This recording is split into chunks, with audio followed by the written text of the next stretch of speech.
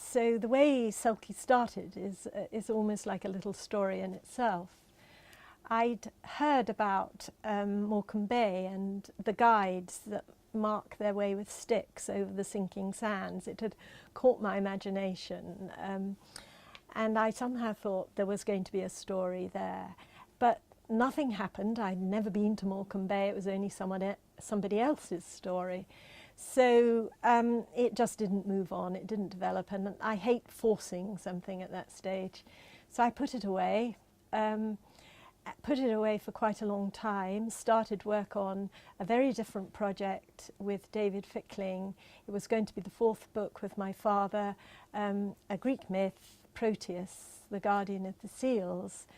And I'd gone over to the Staples to have a photocopy made of one of my pictures of Proteus with the seals.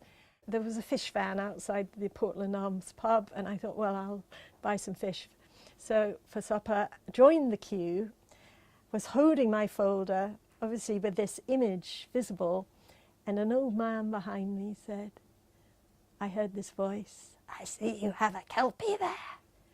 And I turned round, and a whiskery old Scotsman, and was looking at my picture of Proteus and the seals, and I said, no, that's Proteus, guardian of the seals.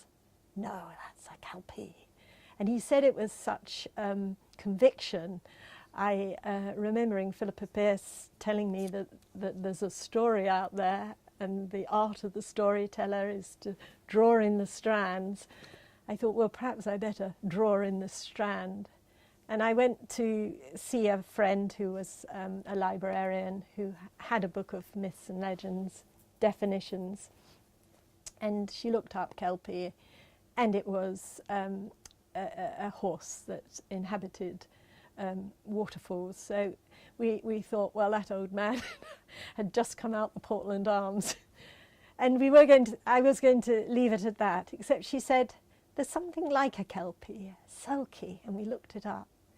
And there was this definition, just 2 sentences. A Selkie is a seal that when it takes its sealskin off becomes human. A Selkie knows the language of the sea. And I just knew I had my story, and it was going to be linked to the sticks in the sand, except it was not going to be Morecambe Bay. I went back to my little sketchbooks and found all those sketches I'd done when we had holidays on the island of Colonsay, where there was the ebb tide island Oronsay and the seal island, and no doubt Selkies. So I had to go back to my own geography, and then the book, the story, all moved on very rapidly at that point.